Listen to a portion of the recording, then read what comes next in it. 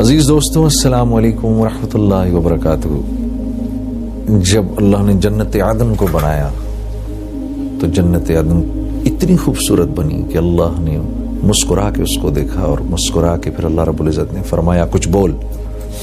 تو جنت عدن نے یہ 10 آیتیں پڑھی اللہ کے سامنے، قد افلح المؤمنون سے ہم فیہا خالدون تک۔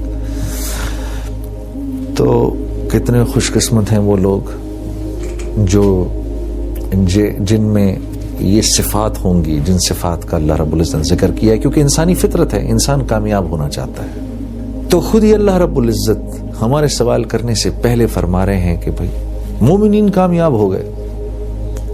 یا اللہ، مومنین، اچھا کامیابی کا دار و مدار جو ہوتا ہے نا، وہ حسب نسب پر نہیں ہوتا، کامیابی کا دار و مدار ہوتا ہے صفات پر۔ میں ایک ڈاکٹر کا بیٹا بن کے یہ کہوں کہ میں بھی ڈاکٹر ہوں، یہ نہیں ہو سکتا۔ ڈاکٹر بننے کے لیے مجھے ڈاکٹرز کی محنت کرنی پڑے گی، پھر ڈاکٹرز کی صفات، ان کی نالج میری زندگی میں آئیں گی، چاہے میں کسان کا لڑکا ہی کیوں نہ ہوں۔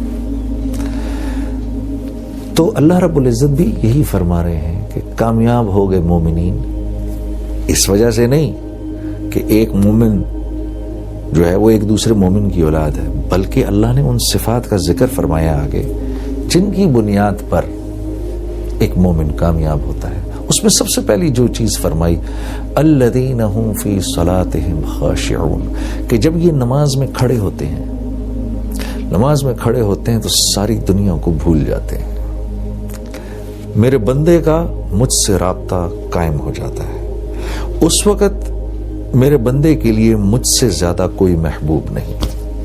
اور ایک روایت میں ایسے بھی آتا ہے کہ جب آدمی اللہ اکبر کر کے کھڑا ہوتا ہے تو اللہ رب العزت کی کریم ذات انسان کے سامنے ایسے آ کے کھڑی ہو جاتی ہے، اور ایک فرشتہ ادھر کھڑا ہو کے انسان کو کان میں کہتا ہے، اگر تو اس وقت دیکھ لے کہ تیرے سامنے کون سی ذات کھڑی ہے تو قیامت تک تو سلام نہ پھیرے،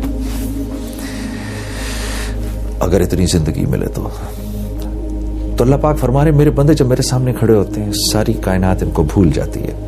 اچھا، خشوع و خضوع، میں ایک دفعہ ہمارے بڑے بزرگ ہیں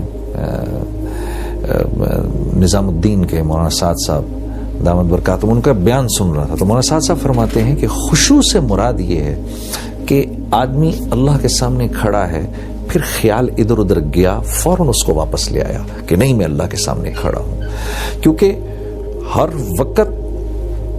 وقت دھیان یہ رہے کہ میں اللہ کے سامنے کھڑا ہوں، یہ تو ایک احسان کی لیول ہے، اللہ وہ ہمیں نصیب کرے۔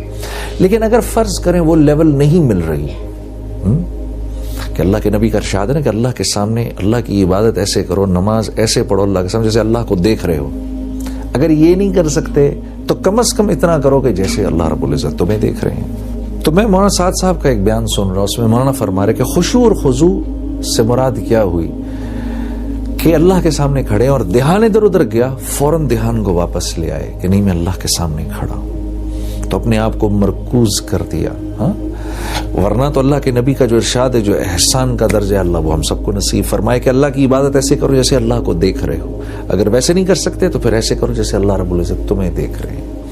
تو کم از کم درجے میں ہم یہاں تک پہنچیں، پھر اللہ نے چاہا اللہ سے دعا کرو، اے اللہ، جیسے اللہ کے نبی صلی اللہ علیہ وسلم فرمایا کرتے تھے کہ نماز میری آنکھوں کی ٹھنڈک ہے، اللہ نماز کو ہماری آنکھوں کی ٹھنڈک بنا دے۔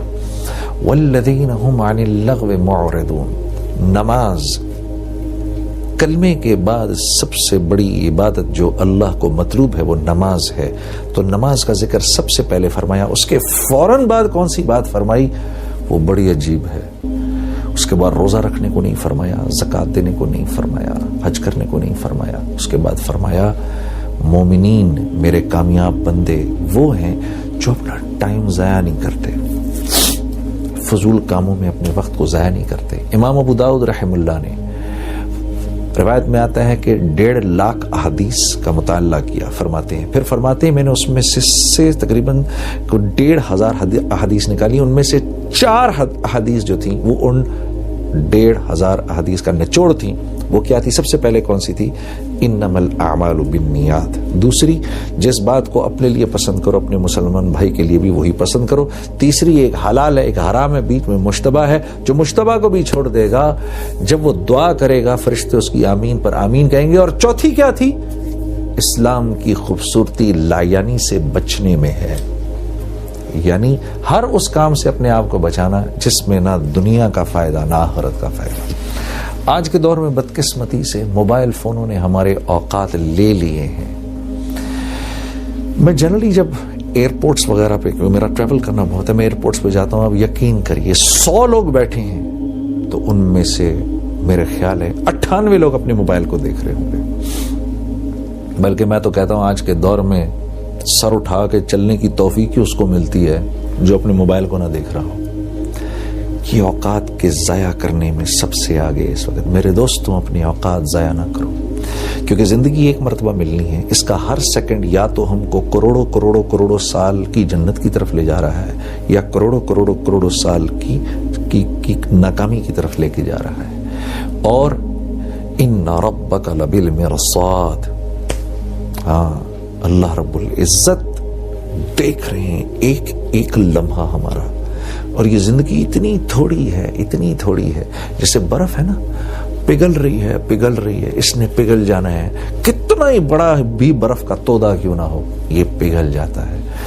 تو اللہ رب العزت کامیاب لوگوں کی جو دوسری صفت بیان فرما رہے ہیں وہ یہ کہ وہ اپنے اوقات ضائع نہیں کرتے. اور کامیاب لوگوں کی جو ایک صفت سب میں مشترک ہے کامیاب لوگوں کی، وہ کیا ہے؟ وہ اپنا ٹائم ضائع نہیں کرتے، فضول چیزوں میں اپنے وقت کو نہیں لگاتے. والذین هم للزکاۃ فاعلون. مولانا اشرف علی تھانوی صاحب فرماتے ہیں کہ اس آیت سے مراد یہ ہے کہ یہ لوگ اپنے مال کو خرچ کرتے ہیں، اور جب مال کو خرچ کرتے ہیں تو اس طرح خرچ کرتے ہیں کہ اس سے اپنی ذات کا تزکیہ ہو، اپنی ذات کا تزکیہ کرتے ہیں مال کو خرچ کر کے. کیونکہ انسان کے لیے 2 چیزیں بہت قیمتی ہیں، ایک اس کی جان، ایک اس کا مال. یہ 2 چیزیں وہ وہاں لگائے گا جہاں اس کو بہت ضروری سمجھے گا. اور مال سے کیونکہ ایک فطری محبت بھی ہے، جان سے فطری محبت بھی ہے، تو اپنا مال کسی کو دیتے ہوئے اس کو تکلیف ہوتی ہے اندر. اور اسی لیے اللہ رب العزت نے ایک جگہ اور قرآن میں فرمایا ان اللہ اشترى من المؤمنین انفسهم واموالهم بان لهم الجنہ، کہ اللہ نے مومنین کی جان اور مال خرید لیے ہیں. کس چیز کے عوض؟ اپنی بہترین تخلیق جنت کے عوض. تو صرف جان ہی نہیں مانگی، مال بھی مانگا ہے، کیونکہ یہ دونوں چیزیں انسان کو پسند ہے. اسی لیے ہمارے یہاں اسی لیے تو یہ بات چلتی ہے کہ چمڑی جائے دمڑی نہ جائے. ہاں، یہ ایسے ہی نہیں ہے، یہ سننے میں مذاق لگتا ہے لیکن ایک بہت بڑی حقیقت ہے. تو عزیز دوستو، اللہ نے جو تیسری صفت اپنے کامیاب بندوں کی فرمائی وہ یہ کہ وہ جہاں اپنے مال کو اپنے پر خرچ کرتے ہیں وہاں اوروں پر بھی خرچ کرتے ہیں. یہ بھی دیکھنا ہے کہ اس پیسے کے اندر میرے اقربا کا حصہ ہے، یہ بھی دیکھنا ہے کہ اس پیسے میں میرے ہمسایوں کا بھی حصہ ہے، یہ بھی دیکھنا ہے کہ اس مال میں میرے دوستوں کا بھی حصہ ہے، یہ بھی دیکھنا ہے کہ اس مال کے اندر غربا کا حصہ ہے، مساکین کا حصہ ہے، اس میں یتامہ کا حصہ ہے. جو اپنے مال کو 6 طرح سے خرچ کرے گا اللہ رب العزت اس کو وہاں سے دیں گے جہاں سے وہ گمان بھی نہیں کر سکتا. اپنے اوپر، عزیز و اقربا پر، والدین پر، جو غربا ہیں ان پر، جن کی گردنیں پھنسی ہیں ان پر، اور اللہ کے راستے میں.